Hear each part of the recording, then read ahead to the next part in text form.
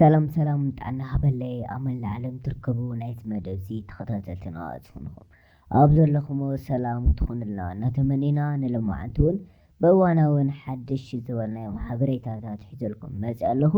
እምበኣርክስ ንሎማዓንቲ ናባኹም ዘብሎ ድማ ካብቶም ኣብ ሶሻል ሚድያ ብጣዕሚ መነጋገሪ ዝበልናዮም ዝተወሰኑ ጉዳያት ቅንጭብ ኣቢለ ብዝተወሰነ ናባኹም ከቕርብ ክፍትን እየ ክቡራት ተኸታተልተይ።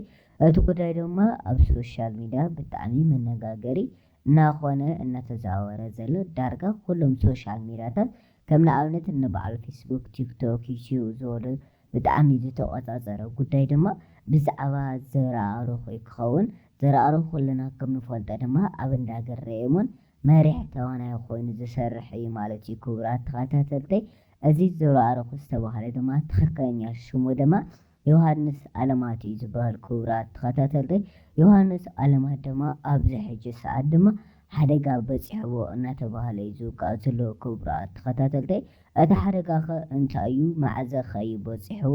ኣብዚ ሕጂ እዋን ኸ ኣበይ እዩ ዘሎ? ዳሕና ድዩ ወይ ኸ ሆስፒታል ኣትዩ ንዝብል ሕቶ ድማ ናባኹም ብዝርዝር ከቕርብ እየ። ክቡራት ተኸታተልተይ ነዚ ቻናል ሓደሽቲ እንትኾንኩም ሰብስክራይብ፣ ላይክ፣ ሼር ብምግባር ቤተሰብ ይኹኑ።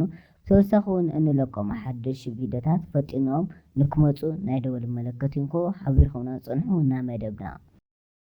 ኣብዚ ሕጂ እዋን ድማ ኣያዝ ዘረኣርኹ ወይ ድማ ዮሃንስ ኣለማት ድማ ዘይፈልጥ ዳርጋ የለን ምባል ይከኣል እዩ። ክቡራት ተኸታተልተይ ምክንያቱ ናይ ትግርኛ ተኸታታሊ ሲትኮም ገረየሙን ዝብል ድራማ ድማ ዋና መራሒ ኮይኑ ዝተዋስአ ወይ ድማ ዋና መራሒ ገፀ ባህርይ ኮይኑ ዝተዋስአ ድማ ዮሃንስ ኣለማት ወይ ድማ ኣያዝ ዘረኣርኹ ዝተባህለ እዩ። ክቡራት ተኸታተልተይ ኩልና ከም ንፈልጦ ድማ ኣብቲ ፊልሚ ድማ እንጀራ ቆፃሪ ወይ ድማ ቆጣቢ ኮይኑ እናሰርሐ ንፈልጦ ኢና። ክቡራት ተኸታተልተይ እዚ ፊልሚ እዚ ድማ ኣብዚ ሕጂ እዋን ድማ ብርክት ዝበለ ኤፒሶድ ከይዱ እዩ ዘሎ። ክቡራት ተኸታተልተይ ኣብዚ ሕጂ እዋን ድማ እዚ ፊልሚ ብጣዕሚ ካብ መዓልቲ ናብ መዓልቲ ተፈታውነት እናረኸበ ዝመፀ እንትኸውን ድማ ካብ ዩቲዩብ ሓሊፉ ድማ ኣብ ድምፂ ወያነ ድማ እናተመሓላለፈ እዩ ዝርከብ ዘሎ። ክቡራት ተኸታተልተይ እዞም ገረየሙን ዝተባህሉ ተዋሳእቲ ኣብዚ እንዳገረየሙን ፊልሚ ዝሰርሑ ኩሎም ተዋሳእቲ ድማ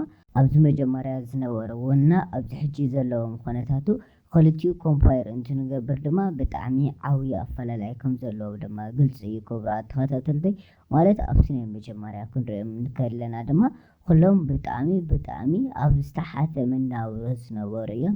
ከም ንበዓል ዳንኤል፣ ከም ንበዓል ኣብርሃም ብጠቕላላ ዝያዳስ ኣብቲ ፊልሚ ዝሰርሑ ተዋሳእቲ ድማ ብጣዕሚ ኣብ ታሕታዋይ ዝተባህለ መናብሮ እዮም ዝነብሩ ነይሮም። ክቡራት ተኸታተልተይ ኣብዚ ሕጂ እዋን ድማ ሳላ ፃዕሮም ሳላ ስርሖም ድማ ብጣዕሚ ኣብ ፅቡቅ ዝተባህለ መነባብሮ እዮም ዝርከቡ ዘለዉ። ክቡራት ተኸታተልተይ ብቀረባ ኩልና ክነስታውሶ ድማ ኣብዘን ሒደት መዓልትታት ድማ ኣብ ሶሻል ሚድያ መነጋገሪ ዝነበረ ጉዳይ ድማ ብዛዕባ ገረየሙን መርዓይ ዝነበረ። ክቡራት ተኸታተልተይ ገረየሙን ኩልና ድማ እንፈልጦ ኣብታ ፊልሚ ድማ መሪሕ ተዋሳኢ ነይሩ። ክቡራት ተኸታተልተይ እታ ፊልሚ እውን ብዛዕባ እዚ ናይ ገረየሙን ዝተባህለ ሰብ ብእያ ድማ ተሾማ እታ ፊልም ብነባዕላ ንኣብነት ምርኣይ ከም ዝከኣል። ክቡራት ተኸታተልተይ ካብኡ ድማ ኣብዚ ዝሓለፈ መዓልትታት ድማ ብጣዕሚ ከመይ ዝበለ ደስ ዝብል ምዕሩግ ዝኾነ መርዓ ድማ ተገይሩ ነይሩ እዩ። ክቡራት ተኸታተልተይ ኣብዚ መርዓ ድማ ብርክት ዝበሉ ፈተውትን ኣድነቕትን ቤተሰብ ኣብ ዝተረኸብሉ ድማ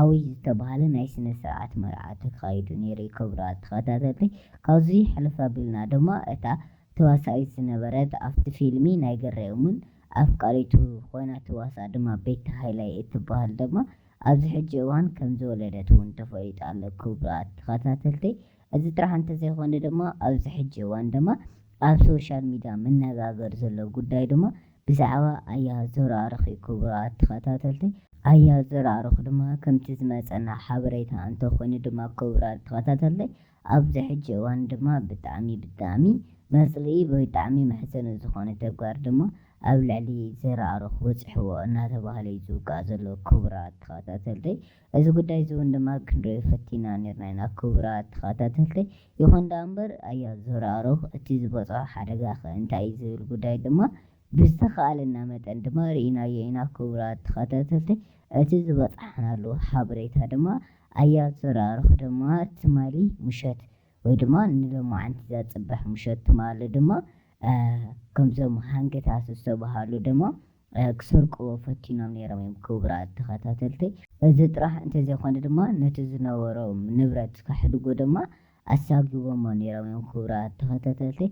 እቲ ብጣዕሚ ደስ ዝብል ድማ ኣብቲ ሽዑ እዋን ድማ ናይ ሰራዊት ትግራይ ወይ ድማ ፖሊሳት ምክልኻል ትግራይ ድማ ስለ ዝነበሩ ድማ ብቐሊሉ ድማ ኣያዘራርኽ ክድሕን ክኢሉ እዩ ክቡራት ተኸታተልተይ። ኣብዚ ሕጂ እዋን ድማ ተመስገን ዳሕና እየ ኢሉ ድማ ኣብ ናይ ባዕሉ ሶሻል ሚድያ እውን ፖስት ገይርዎ ኣሎ ክቡራት ተኸታተልተይ። ኣብ ዝተፈላለዩ ሶሻል ሚድያታት እናተዋግዐ ዘሎ ድማ ኣያዘራርኽ ሆስፒታል ኣትዩ ኣያዘራርኽ ተወቂዑ እናተባህለ እዩ ዝውቃዕ ዘሎ ክቡራት ተኸታተልተይ። ንሕና እውን ነዚ ጉዳይ ዝምስራዕና ኢና ድማ እቲ ጉዳይ ክናፃርዮ ፈቲና። ምክንያቱ ኣብዚ ሕጂ እዋን ድማ ናይ ኣያዘራርኽ ቤተሰብ ይኹኑ ፈተውትን ኣድነቕቲ ድማ ብዛዕባ ኣያዘራርኽ ዝተባሃለ ዘሎ ጉዳይ ብጣዕሚ እናደንገፆም እዮም ዝርከቡ ዘለዉ ክቡራት ተኸታተልተይ።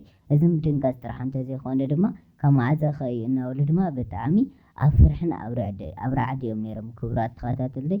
ንሕና እውን ነዚ ጉዳይ ዝርኢና እዚ ድማ እዚ ጉዳይ ከመይ ዝበለ እዩ መዓዝ ኢኸ ተፈጢሩ ዝብል ድማ ክናፃርዮ ፈቲና ነርና ክቡራት ተኸታተልተይ። እና ኣነ ዝብሎ ድማ ከምቲ ዝበሃል ዘሎ ኣይኮነን። ኣያዘራርኽ ሕጂ ኣይተወቕዐን ማለት ኣብ ድሕና ኩነታት እዩ ዝርከብ ዘሎ። ዋላ እዚ ይኹን እምበር ዋላ እቲ መጥቃዕቲ ዋላ እንተፈተንሉ ኣብዚ ሕጂ እዋን ግን ኣብ ፅቡቅ ኩነታት ከም ዝርከብ እዩ ባዕሉ ተናጊሩ ክቡራት ተኸታተልተይ። ኣብዚ ሽዑ እዋን ድማ ነብሲ ወይ ድማ ሂወቱ ዘርሕንሉ ድማ ናይ ምክልኻል ትግራይ እዞም ፖሊሳት ዘለዉ እዮም ክቡራት ተኸታተልተይ። እቲ ግዜ ግን ብጣዕሚ እናኸፈ እዩ ዝመፅእ ዘሎ ክቡራት ተኸታተልተይ። ማለት ብፍላይ ኣብ ትግራይ ድማ ከምዚ ዓይነት ገበናት ድማ ካብ መዓልቲ ናብ መዓልቲ እናዘያየደ እዩ ዝመፅእ ዘሎ። ቅድሚ ዝተወሰነ እዋናት እውን ኣብ ሓንቲ ሓፍትና ድማ መጥቃዕቲ በፂሕዋ ነይሩ እዩ ክቡራት ተኸታተልተይ። መጥቃዕቲ እንተይኮነ ድማ ቀቲሎማ ነይሮም እዮም። እዚ ድማ ኣብ መዓልቲ ናብ መዓልቲ ድማ ኣብ ትግራይ በቃ ዝተለመደ እዩ ኮይኑ ኣሎ።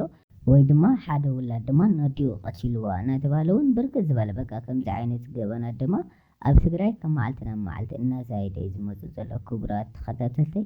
በብዘለናዮ ድማ ፈጣሪ ይሓልወና። ብጣዕሚ ከቢድ እዩ ዘሎ ኣብ ትግራይ ዘሎ ቅልውላው ማለት እዩ ክቡራት ተኸታተልተይ።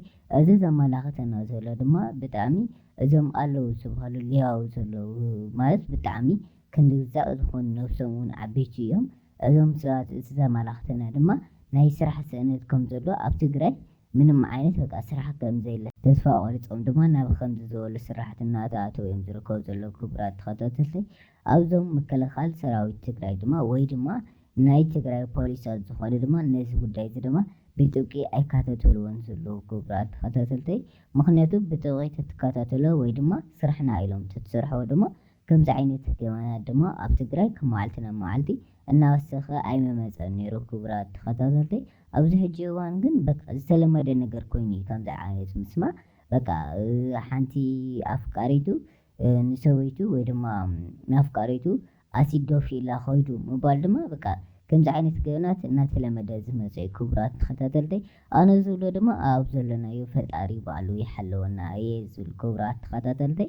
ብሎማዓንቲ ሒዘልኩም ዝመፃኹ መደብ ድማ ኣብዚ ክዛዝም ነዚ ቻናል ሓደሽ እንትኾንኩም ሰብስክራይብ ላይክ ሸር ብምግባር ቤተሰብ ይኹኑ። ብተወሳኺ እውን እንለቆም ሓደሽቲ ቪድዮታት ድማ ፈጢኖም ንክበፅሖም ነቃጭል ምልክት ንክኦ ሓቢርኩምና ስለ ዝፀናሕኩም ካብ ልቢ ኣመስግን። ክሳብ ብኻሊእ መደብ ንራኸብ። ኣብ ዘለኹም ሰላም ኩኑ።